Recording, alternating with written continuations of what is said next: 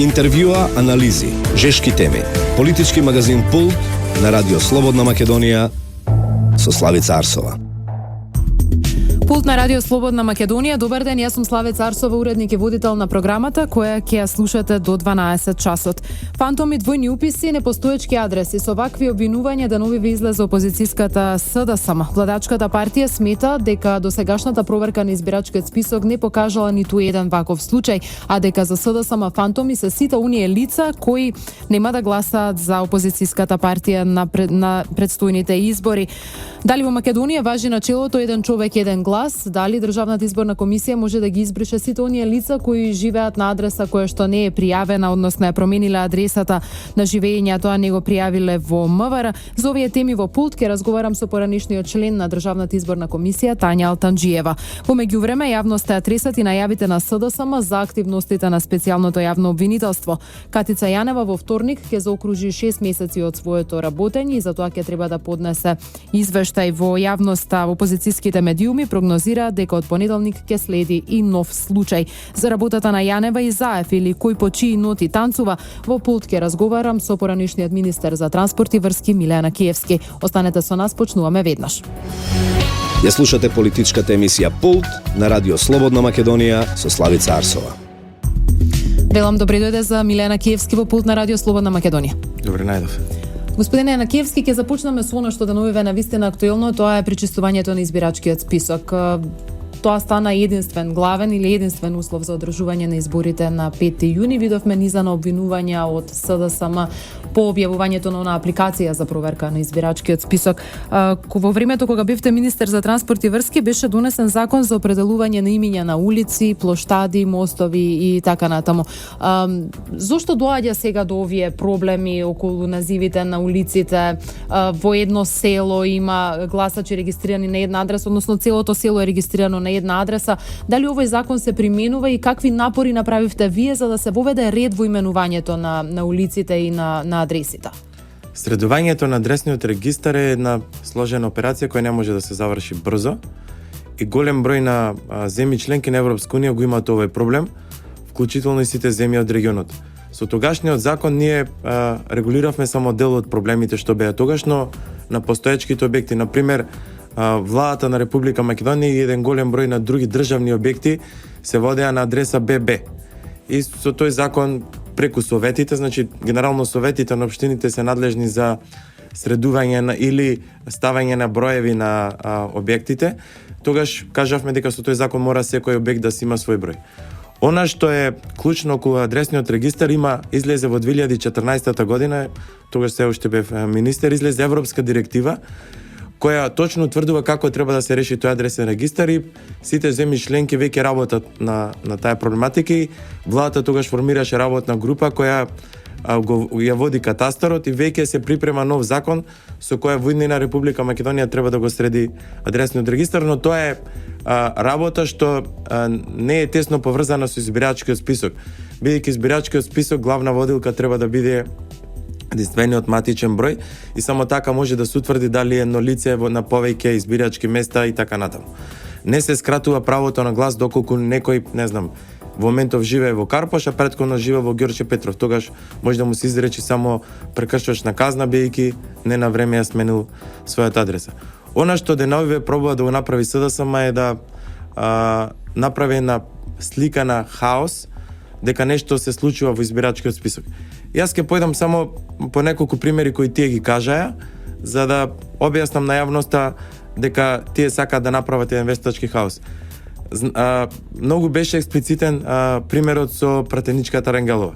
Тие најдоја исто име и презиме со лице во Брвеница и пробаја да кажат дека Рангелов има адрес и во Скопје и во Брвеница и потоа пратеничката покажа дека точно е дека постои такво лице со исто име и презиме, но тоа е друга личност. А проблемот со Брвеница го имаат скоро 90% од населените места во Република Македонија. Односно сите лица се водат на една адреса, бидејќи во селата нема адресен регистар, односно селото се води на една улица. Така да, по логиката на СДСМ, сите лица што живеат во село се фантомски гласачи. Тогаш ни едно лице што живее во село не би требало да гласа. Или, например, со социјалната зграда во Прилеп. Таа зграда пред некој ден беше евидентирана во катастарот и нема логика да се издадат лични карти на таа адреса. Проверката покажа дека таа адреса што тие посочуваат како адреса на социјалната зграда е сосем различна од онаму кај што се тие лица. Така да пробуваат преку лажни примери да направат еден хаос, привиден хаос со што сакаат да кажат дека е грешен избирачкиот список. Тоа го прават се со цел да после известно време или повторно побара да се одложат изборите или пак ако одат на избори повторно заедно 19 часот излези. Еве, ние се направивме во ред, граѓаните не сакаат, но заради тоа што, не знам, едно лице живее на друга адреса, заради тоа ги изгубивме изборите, да се најдат алиби за губење на изборите или за тоа што нема да се појават на изборите, бејќи повеќе од јасно е дека СДСМ со вакви погубни политики, со местенки, само може да ги изгуби изборите. Прашање колку многу СДСМ ќе ги изгуби избори, дали тоа ќе биде 200-250 разлика, 250.000 разлика. Значи воопшто не се поставува прашањето дали СДСМ ќе ги изгуби изборите или не, прашање со колку разлика ќе ги изгуби изборите ако воопшто се појават на избори. Дел од кампањата на опозицијската СДСМ во изминатиот период е се активностите на Катица Јанева. Зоран Заев излегува на терен, најавува што и како ќе прави специјалното јавно обвинителство. Гледаме деновиве дека опозицијските медиуми ја водат битката, па најавуваат дека следен на агендата на Катица Јанева ќе биде случајот Космос. Тоа е случај во кој што повторно се споменува вашето име и има низа на обвинувања. Можете ли да ни појасните дали Космос е дивоградба или беше објект кој е политички рушен? Значи, прво во однос на активностите на специјалното јавно обвинителство, можам да истакнам дека во повеќе наврати се докаже дека она што ќе го каже Заев или пак некој од опозицијските медиуми, тоа го прави и специјалното јавно обвинителство, односно Катица Јанева како начело на таа институција. Еве, деноиве гледаме, слушаме дека се најавува дека ќе има нови барања за притвор, нови пријави и така натаму, и очекувам до 15 март, кога истекува 6 месеци од работењето на специјалното јавно обвинителство, дека ќе имаат некои барања за поведување на истрага, барања за притвор и така натаму. И од она што го најавуваат опозицијските медиуми, очекувам еден од тие предмети да биде точно Космос. Дали така ќе биде, ќе видиме многу набрзо, бидејќи 15 март е за неколку дена. Во однос на случајот Космос, јас и во други наврати имам кажано дека се работи за класична дивоградба и очекувам, бидејќи дивоградбата е кривично дело, очекувам дека специјалното јавно обвинителство ќе покрене кривична пријава против инвеститорот. Бидејќи согласно законот за градење, доколку некој гради спротивно на законот, тоа е кривично дело. Дали тоа ќе го направи, ќе видиме. Второ, се работи за класична дивоградба. Имено целокупниот објект е подигнат за 1,5 метри, со тоа што цел објект е дивоградба. Тоа го имаат направено, предпоставам, за да избегнат еден спрат да градат помалку паркинг места и бидејќи локацијата е блиску до реката Вардар, предпоставам им се појавувала вода. Како да се работи за класична дивоградба, тоа го потврди имено и самиот инвеститор, бидејќи кога си има донесено решението за уривање, тој одма има побарано да се направат измени во текот на градба, односно измени на самото одобрение за градење. Измените ги бара точно онаму каде што инспекторот утврдил дека е направена дивата градба, така да и самиот признава дека објектот е дивограден, а потоа во управна постапка и управниот суд има потврдено дека целокупната постапка е водена согласно законот за градење. Така да во однос на прашањето дали било политички случај или не, јас ќе истакнам дека случајот Космос е третиран онака како што се третирани илјадници објекти во Република Македонија. Секој ден што градил дивоградба треба да биде свесен дека законот за градење предвидува рушење и секој ден, например, и вашиот комшија и вие или било кој, доколку гради дивоградба, тоа ќе биде санкционирано од локалните самоуправи, бидејќи тие се надлежни за извршување на законот за градење. Имаше разни обвинувања на ваша адреса дека сте имали личен интерес, сте влегле во градежниот бизнис и така натаму. Како ги коментирате сите овие написи поврзани со вас и вас и приватно и политички на секаков начин? Па добро, овие денови или месеци јас си наслушав доста невистини, не знам, дека сум имал сметки во Бразил, дека сум имал сметки во Швајцарија, дека не знам, сум имал имот на водно, дека сум имал градежни компании. Тоа се класични шпекулации, невистини, обвинувања, се со цел да се нанесе некој негативно влијание на мене. Одговорно тврдам, ниту имам градежна компанија, ниту се занимавам со градење, ниту пак имам некакви локации, ниту пак причината за рушење на Космос била тоа што ќе нарушил некој мој бизнес. Тоа се шпекулации, знаете, кога немате правни аргументи да се борите со нешто, одмодите со невистини, со класични напаѓања кон определено лице. Доколку биде покрената постапка за Космос, тоа нема биде прв случај на Катица Јанева во кој сте осомничен. Бевте осомничен и во првиот случај кој го најави специјалното јавно обвинителство Титаник. Видовте ли докази колку се сериозни и цврсти обвинувањата на специјалното јавно обвинителство кон вас како дел од наводно злосторничко здружение за фалсификување на избори? Лично за мене во барањето за притвор, ние се уште ги немаме добиено документите врз база на што стовариме, но она што ни го прочита судијата, можевме да видиме дека специјалното јавно обвинителство лично за мене нема доставено ниту еден материјален доказ, ниту исказ, а за целокупниот случај злосторничко здружување, како докази она што можевме да го видиме и она што ни беше прочитано, единствено се доставени избирачките материјали од општината Центар, или може би имаш и од други општини, но еве конкретно за мене немаше доставено ниту еден материјален доказ, ниту пак изјава од било кој сведок. Така да се работи за монтиран политички случај и нивната цел е најверојатно да сите оние што ги рачунаат или како влијателни луѓе во ВМРО ДПМН да ги отстранат, се со цел ВМРО да не може да излезе на избор или да оствари послаби резултати, но судот ги увиде сите правни аргументи и затоа не ни изрече мерка притвор, бејќи нема ниту еден доказ, материјален доказ, ниту пак исказ против нас. Очекувате ли повторно да биде баран притвор за вас, бидејќи очигледно е дека на ваков начин како што се водеше оваа постапка, односно неодредувањето мерка притвор за осомничените во Титаник предизвика бурни реакции во опозицијската јавност? Па претпоставувам целта на ЗАЕФ и на специјалното јавно обвинителство е да се одреди мерка притвор и после 6-9 месеци да видат доколку има нешто, да покренат обвинение, доколку нема ништо да не реча извинете, немаше ништо, сега сте слободни.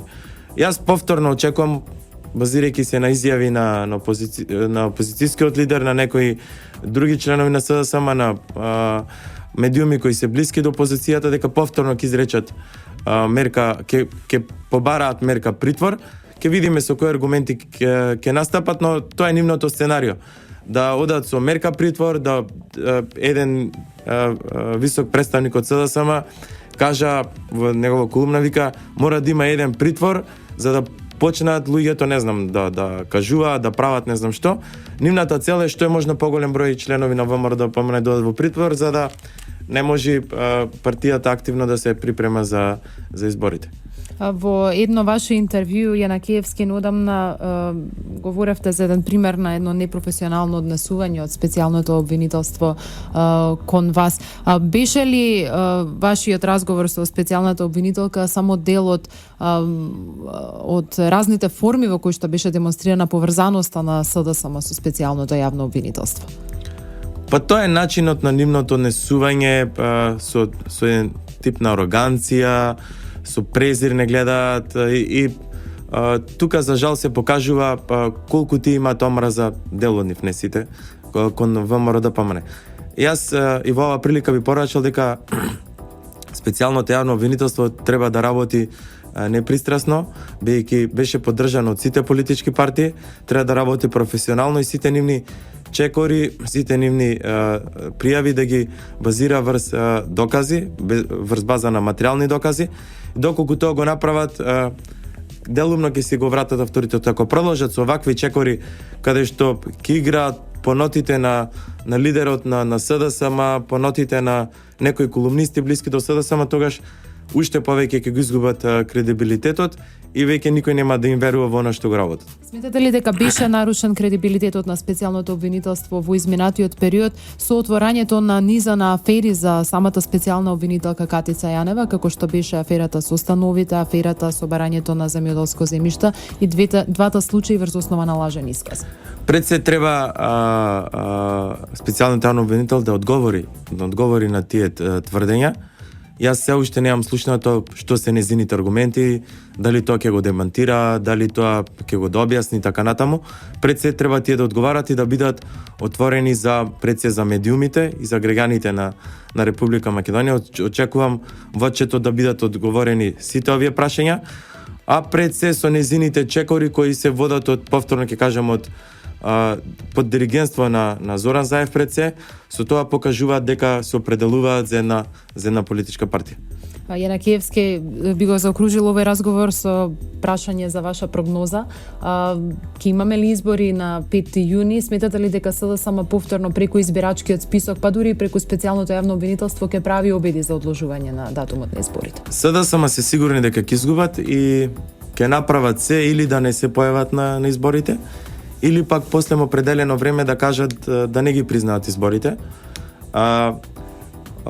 Целта на ВМРО-ДПМН и нашиот став е дека треба и мора да има избори на 5 јуни, бидејќи долго време трае ова политичка криза и треба, како многу политички кризи, да завршат со избори.